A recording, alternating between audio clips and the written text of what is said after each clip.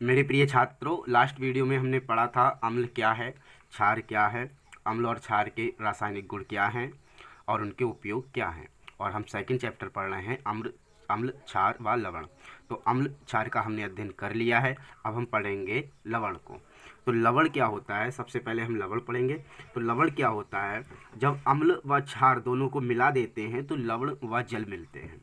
यानी कि अम्ल प्लस क्षार मिलकर लवण बनाते हैं। हम अगर कोई एक अम्ल व एक क्षार को मिला दें तो जो बनेगा वो बनेगा हमारा लवण, और इसके साथ साथ हमारा H2O भी निकलेगा, यानी कि जल निकलेगा।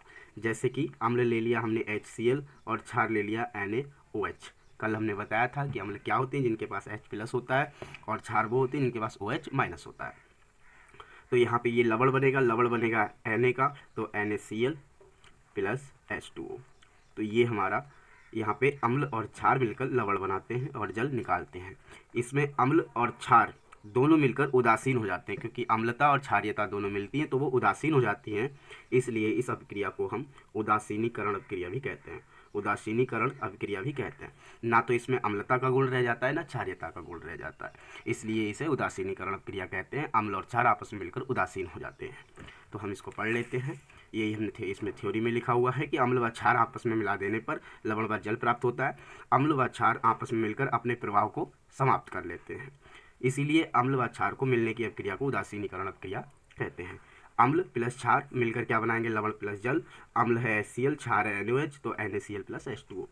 अगर प्रबल अम्ल होगा और क्षार अगर दुर्बल होगा तो उस जो लवण बनेगा वो अम्लीय लवण हो जाएगा, क्योंकि प्रबल अम्ल तो प्रबल है और क्षार कैसा दुर्बल है, तो जो लवण बनेगा वो थोड़ा अम्लीय हो जाएगा। लेकिन सेम मान के अगर हों अम्ल और क्षार तो वो उदासीन होंगे। लेकिन अगर जिसकी वैल्यू ज़्यादा होगी, कोई ज़्यादा तगड़ा अम्ल है और दुर्बल क्षार है, तो अम्लीय होगा। अगर प्रबल क्षार आ गया, दुर्बल अम्ल आ गया, तो क्षारीय लवण बनेगा। और प्रबल अम्ल प्रबल क्षार आ गया, दोनों ही प्रबल हैं, तो फिर उदासीन होगा। अर्थात लवण होते हैं अम्ल व क्षार को मिलाने पर बनते हैं लवण और जल। अब हमने जाना कि अम्ल क्या होते हैं, क्षार क्या होते हैं, लवण क्या होते हैं, जो हमारे चैप्टर का नाम है अम्ल क्षार व लवण। अब एक बहुत ही important topic, most important topic board परीक्षा का पूछे जाने वाला, वो होता है पीएच स्केल। कि कोई अम्ल है और क्षार है, वो कितना ज़्यादा अम्लीय है, कितना ज़्यादा क्षारीय है, ये कैसे पता करें थे कि जो अम्ल है वो कितना ज़्यादा अम्लीय है, उसकी प्रबलता कितनी है या उसकी दुर्बलता कितनी है। इसको फाइंड आउट करने के लिए एक स्केल बनाया गया, उसको कहते हैं पीएच स्केल। और पीएच स्केल की फुल वैल्यू होती है पावर ऑफ हाइड्रोजन। तो किसी विलयन में H+ आयन की सांद्रता ज्ञात करने के लिए एक स्केल बनाया गया था, और उसको ही हम पीएच स्केल कहते हैं। और पीएच स्केल, पीएच होता क्या है, किसी भी द्रव का पीएच मान, जो पीएच मान होता है वो हाइड्रोजन आयनों के ऋणात्मक लघुगणक के बराबर होता है।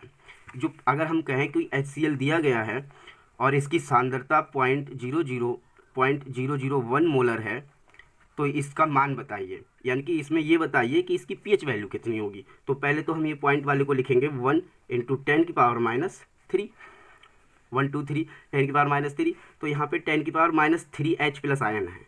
H+ आयन कितने हैं, 10⁻³ तो जो हमारा पीएच वैल्यू होती है, पीएच बराबर होता है, पीएच की जो डेफिनेशन होती है, जो हमें बोर्ड में लिखनी होती है, कि पीएच मान ऋणात्मक लघुगणक के, लॉग का ऋणात्मक लघुगणक के हाइड्रोजन आयन की सांद्रता के बराबर होता है। ये एक फॉर्मूला होता है पीएच वैल्यू का, जो कि मोस्ट इंपोर्टेंट फॉर्मूला है। पीएच बराबर -log H+। इसी फॉर्मूले से ही हम पीएच की वैल्यू फाइंड आउट करते हैं। अगर हमको H+ आयन दे रखे हों, जैसे कि 10⁻³ दे रखा है, तो हम यहाँ पे लगाएंगे -log 10⁻³ और -3 आगे आ जाएगा, माइनस माइनस प्लस हो जाएगा, तो 3 log 10⁻10।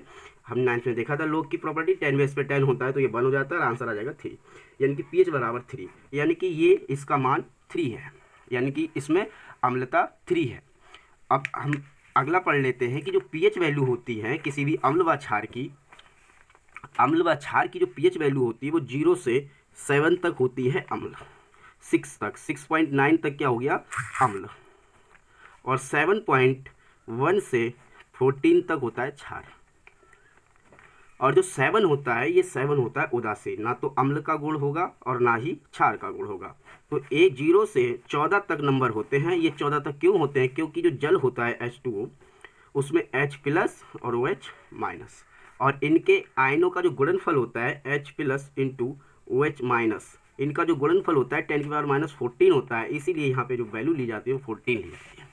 अम्ल जो है, जल जो है हमारा ना तो अम्लीय गुण भी है क्षारीय, ये दोनों मिलके क्या हो जाते हैं उदासीन। तो पानी ना तो अम्लीय होता है और ना क्षारीय होता है, पानी उदासीन होता है, इसीलिए हमारी बॉडी के साथ वो उदासीन नेचर का होता है। ना तो उसके अंदर अम्लता होती है ना क्षारीयता होती है। तो पीएच वैल्यू जो होती है वो अगर प्रबल क्षार है, हम आगे पढ़ लेते हैं, इस कॉपी से ही पढ़ लेते हैं कि जो पीएच वैल्यू अगर 7 है, पीएच वैल्यू कितनी है, अगर हमारी पीएच वैल्यू 7 है, पीएच वैल्यू 7 है तो वो उदासीन विलयन होगा, और पीएच वैल्यू का मान कम है 7 से तो वो अम्लीय विलयन होगा, और पीएच वैल्यू की अगर पीएच वैल्यू 7 से ज़्यादा है तो वो क्षारीय विलयन होगा।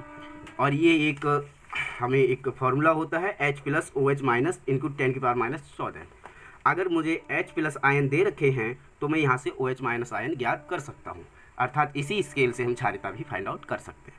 जैसे कि इस H+Cl की हमें दे रखा था कि इसमें 10⁻³ H आयन है, तो मैं ये निकाल सकता हूँ कि उसमें जो द्रव है, बचा हुआ पानी होगा उसमें, या जो भी है OH आयन कितने रह जाएंगे। तो 10⁻14 टोटल होते हैं, तो यहाँ रह जाएगा 11। तो इस तरह से हम बता सकते हैं कि उसमें OH आयन कितने हैं।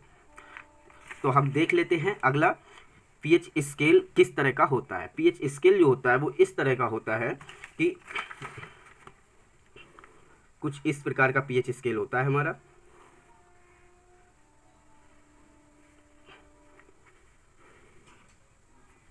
ये जो पॉइंट होता है ये मिड पॉइंट होता है, यहाँ पे वैल्यू होती है 7, ये उदासीन होता है। और यहाँ पे अम्ल की बढ़ती हुई प्रकृति होती है, जितना कम मान होगा, 0 होगा तो सबसे ज़्यादा अम्लीय है। आयन जैसी हाइड्रोजन आयन में बहुत ज़्यादा उसकी क्या हो जाएगी, बहुत ज़्यादा अम्लीय होगा। अगर 1 होगा तो उससे कम अम्लीय, 2 होगा उससे कम अम्लीय, 3 होगा उससे कम अम्लीय, 4 होगा उससे कम अम्लीय, 5 उससे कम, 6 उससे कम, और 7 पे आके उदासीन। तो इधर की तरफ अम्लीयता बढ़ती है, तो हम ये देख के बता सकते हैं स्केल में अम्लीयता बढ़ती है, अम्लीयता बढ़ती है यहाँ पे। और इधर की तरफ हमारी क्षारीयता बढ़ती है। यहाँ पे 7 के बाद जो 8 होगा वो कम क्षारीय, ये अम्लीय पार्ट है और ये क्षारीय पार्ट है और ये उदासीन है, और ये 0 से 14 तक होता है, 0 से 14 तक। तो यहाँ पे इधर की तरफ हमारी क्षारीयता बढ़ती है, तो 8 जो होगा वो कम क्षारीय होगा, 9 उससे ज़्यादा क्षारीय, 10 उससे ज़्यादा क्षारीय, 11 उससे ज़्यादा, 12 उससे ज़्यादा, 13 उससे ज़्यादा, जिसका 40 नंबर होगा वो सबसे ज़्यादा क्षारीय पदार्थ होगा, क्षारीय द्रव होगा। तो हम कह सकते हैं कि ये पीएच स्केल होता है। तो हमें बोर्ड में केवल इतना बनाना होता है, क्वेश्चन पूछा जाता है कि पीएच स्केल क्या है समझाइए। तो पीएच स्केल क्या है समझाइए, इसमें तो हम सबसे पहले डेफिनेशन लिखते हैं कि पीएच स्केल होता क्या है। पीएच स्केल H+ आयनों की सांद्रता ज्ञात करने के लिए बनाया गया, जिसे पीएच स्केल कहते हैं।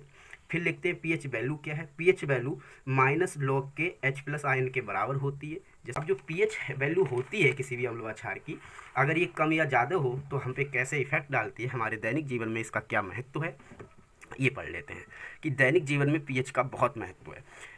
अगर पौधे व पशु पक्षी पीएच के प्रति संवेदनशील होते हैं, इसका मतलब है अगर पीएच वैल्यू की वैल्यू ज़्यादा या कम हो रही है तो हमारा शरीर उसके अकॉर्डिंग या तो बीमारी लग सकती है या कुछ और हानि हो सकती है।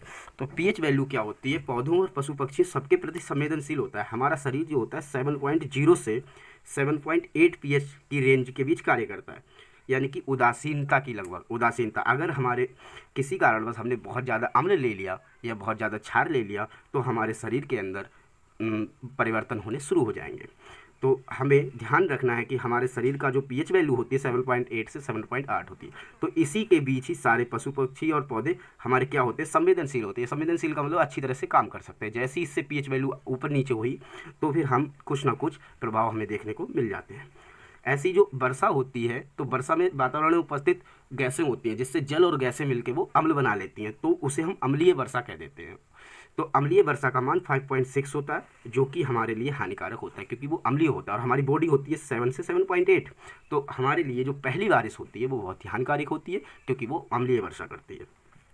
इसके बाद हमारे दैनिक जीवन में महत्व है मिट्टी का पीएच मान। हम जो जहाँ रह रहे हैं, जहाँ भी हम रह रहे हैं, जहाँ जिस खेत की मिट्टी, जो भी अनाज खा रहे हैं, जहाँ अनाज पैदा हो रहा है, वहाँ की पीएच वैल्यू कितनी है मिट्टी की, उसके लिए भी एक फिक्स मान होता है। मिट्टी का एक पीएच मान फिक्स होता है कि इस पीएच मान पे मिट्टी जो है बहुत ही अच्छी फसल उगाएगी। या हम जहाँ रह रहे हैं वह नंगे पैर अगर मिट्टी का पीएच मान अच्छा नहीं है, हमारी बॉडी के अकॉर्डिंग नहीं है, तो फिर मिट्टी से कुछ एक्स्ट्रा चीज़ें हमारे अंदर आ जाती हैं तलवों के माध्यम से, अगर हम जूते चप्पल नहीं पहन रहे हैं। यानी मिट्टी का भी पीएच मान फिक्स होना चाहिए, तभी हमारे लिए वो सही है। इसके बाद हमारे पाचन तंत्र का पीएच मान। हमारे पेट के अंदर भी अम्लता और क्षारीयता होती है, यानी कि हमारे पेट के अंदर भी अम्ल होता है, तो वहाँ भी पीएच वैल्यू का मान फिक्स होता है। अगर वो पीएच मान घटता या बढ़ता है तो हमें एसिडिटी हो जाती है। एसिडिटी होता है अम्लता का ज़्यादा बढ़ जाना, तो अम्लता बढ़ जाती है तो हमें एसिडिटी हो जाती है। तो वहाँ भी पीएच वैल्यू का मान फिक्स होना। यानी कि पीएच वैल्यू के क्या क्या महत्व हैं? बहुत महत्व है कि जो मिट्टी का पीएच वैल्यू वो भी सही होनी चाहिए, है ना। पाचन तंत्र का हमारे जो पीएच वैल्यू है वो भी सही होना चाहिए, और पीएच के कारण दांतों का भी क्षय हो जाता है। कुछ चीज़ें हम ऐसी खाते हैं जो पीएच वैल्यू हमारे अकॉर्डिंग नहीं है, 7.0 7.8 ही होनी चाहिए, लेकिन हम नहीं खाते, ऐसी चीज़ें नहीं खाते, बहुत अम्लीय चीज़ें खा लेते हैं, जिससे क्या होता है हमारे दांत खराब हो जाते हैं। ये भी पीएच वैल्यू कम या ज़्यादा होने के कारण हैं। उसके बाद पशुओं एवं पौधों द्वारा उत्पन्न रसायनों से आत्मरक्षा। जो मधुमक्खी का डंक है, इसमें भी एक अम्ल होता है जिसके कारण दर्द एवं जलन महसूस होती है। तो डंक मारे जाने पर हम बेकिंग सोडा लगाते हैं, जिससे आराम मिलता है। अगर मान लिया हमारे अंदर अम्लता ज़्यादा होगी, जैसे मधुमक्खी ने काट लिया, तो हम क्या लगाते हैं? क्षार लगाते हैं। तो अम्ल व क्षार मिलकर क्या हो जाएंगे? उदासीन हो जाएंगे। यानी कि पशु व पौधे द्वारा उत्पन्न रसायनों से भी आत्मरक्षा की जा सकती है। यानी कि इनसे आत्मरक्षा करने के लिए हमें क्या करना पड़ेगा? हमें जहाँ भी हमें अम्लता हमारे शरीर में बढ़ी, किसी भी कारणवश, किसी ने काट लिया या हमने खुद ज़्यादा खा लिया, तो हम क्या करेंगे? उसका अपोजिट करेंगे कि उसे क्षारीयता दे देंगे। क्षारीयता देने का मतलब है उसे कोई क्षार दे देंगे। जैसे बेकिंग सोडा है, सोडियम हाइड्रोक्साइड है, जिसके अंदर OH है, अगर अम्लता बढ़ गई तो उसे क्षारीयता दे दो, तो वो उदासीन हो जाएगा। तो ये सभी हमारे दैनिक जीवन में प्रभाव हैं कि अगर पीएच वैल्यू घटती बढ़ती है तो क्या करें। अगर पीएच वैल्यू का अम्लता बढ़ती है तो उसे क्षारीयता दे दो, क्षारीयता बढ़ती है तो अम्लता दे दो, और इसे मापने के लिए हम यूज करते हैं पीएच स्केल। अगला ये क्वेश्चन है कि 1 बिलियन हाइड्रोक्साइड, ये बोर्ड का बहुत ही फेवरेट क्वेश्चन है कि 1 बिलियन हाइड्रोक्साइड आयन का सांद्रण 10⁻⁻10 प्रति लीटर है। किसका? Hydroxide ion. कौन से आयन दे रखे हैं हमें? Hydroxide ion. और हाइड्रोक्साइड आयन होते हैं OH आयन। हाइड्रोक्साइड आयन दे रखे 1 × 10⁻10, ये दे रखे प्रति लीटर है। इस बिलियन का पीएच मान ज्ञात करो। दे तो OH आयन रखे हैं और पूछ रहा है pH ion, pH value. PH value में क्या निकालते हैं? H+। तो इसमें हमें क्या करना पड़ेगा? H+ × OH- इक्वल टू होता है 10⁻14। तो OH वैल्यू दे रखी है, तो H+ आयन यहाँ से निकल जाएंगे, तो क्या हो जाएगा? इंटू 10⁻10, इसकी वैल्यू है 1 × 10⁻10, तो 1 से मल्टीप्लाई 10⁻10 ही रहेगा, 10⁻14।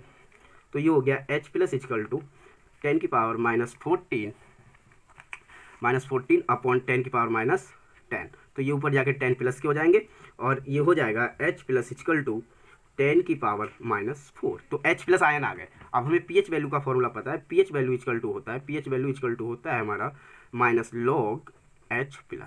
तो यहाँ पे H+ की वैल्यू रख देंगे माइनस के log, और H+ की जो वैल्यू रखेंगे वो होगी 10⁻4 log 10⁻4। तो ये 4 आगे आ जाता है, जो भी पावर होती है वही वैल्यू आ जाती है, log 10⁻10।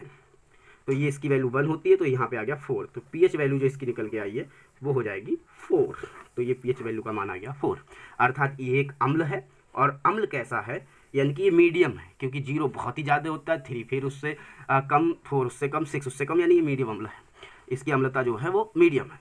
तो हमने ये बता दिया। ये बहुत ही इंपॉर्टेंट क्वेश्चन है। देखो ऐसे किया गया है, OH आयन दे रखे हैं, तो H+ OH आयन का फॉर्मूला लगाया और H+ आयन निकाल दिए। कभी कभी बहुत ही सिंपल क्वेश्चन आता है, केवल H+ आयन ही दे रखे हो। एक आता कहा होता है कि H+ आयन इस बिलियन में इतने हैं, इसका पीएच वैल्यू बताओ, तो डायरेक्टली मान यहाँ पे रख देते हैं, यहाँ पे डायरेक्ट मान H+ का रख देते हैं। लेकिन अगर OH आयन दे रखे हो तो H आयन निकालने पड़ते हैं। तो इसी तरह से हम इसका पीएच वैल्यू निकाल सकते हैं। और H+ आयन जो ये निकालते हैं हम, ये अम्ल के होते हैं, और OH आयन होते हैं क्षार के। तो इस तरह से हम यहाँ पे पीएच वैल्यू निकाल सकते हैं। और पीएच वैल्यू होती क्या है? जो भी पावर दे रखी होती है, जैसे H+ आयन की जो पावर दे रखी है यहाँ पे 4 दे रखी है, तो ये पीएच वैल्यू 4 ही होगी। और OH आयन की मान लो 10 दे रखी है, तो 14 में से घटा दो 4 आएगा, 14 में से 10 घटाएंगे 4, यानी कि पीएच वैल्यू 4 आएगी। हम डायरेक्ट देख के ही बता सकते हैं कि पीएच वैल्यू जो होगी वो क्या होगी। H+ आयन की जो सांद्रता होती है ना, वो होती है H+ आयन प्लस आयन कितने हैं? प्लस आयन यहाँ पे 4 है, यहाँ पे 4 है ना, तो 4 होगी इसकी वैल्यू। अब यहाँ पे OH दे रखे, OH है 10, तो 14 में से हमें पता है 4 जाएंगे, 14 में से 10 जाएंगे, कितने बचेंगे? 4, तो 4 ही आएगा। ऐसे में कहूँ किसी बिलियन के OH आयन है 10⁻13। और मुझे बताओ H+ आयन कितने होंगे? तो मुझे पता है 14 में से 13 जाएगा 1, यानी कि H+ आयन 1 है, यानी कि पीएच वैल्यू 1 होगी उसकी। 10⁻1 बन रहा ना यहाँ, तो ये पीएच वैल्यू 1 होगी। तो हम डायरेक्ट देख के ये क्वेश्चन का आंसर बता सकते हैं, जो कि 3 नंबर में क्वेश्चन पूछा जाता है, लेकिन उसे लिखेंगे इस प्रोसेस से। आंसर तो हम देख के बता सकते हैं, लिखेंगे उसे प्रोसेस से। तो हमने ये पीएच वैल्यू आज समाप्त की कि पीएच वैल्यू क्या होती है और पीएच वैल्यू का हमारे जीवन में क्या महत्व होता है। और लवण क्या होता है? लवण अम्ल व क्षार को मिला देने पर एक उदासीन अभिक्रिया हो जाती है तो लवण बनता है। तो आज हमने इस सेकंड चैप्टर पढ़ा। फर्स्ट लवण अम्ल क्या होता है, क्षार क्या होता है, लवण क्या होते हैं और पीएच वैल्यू क्या होती है, ये सब हमने पढ़ा।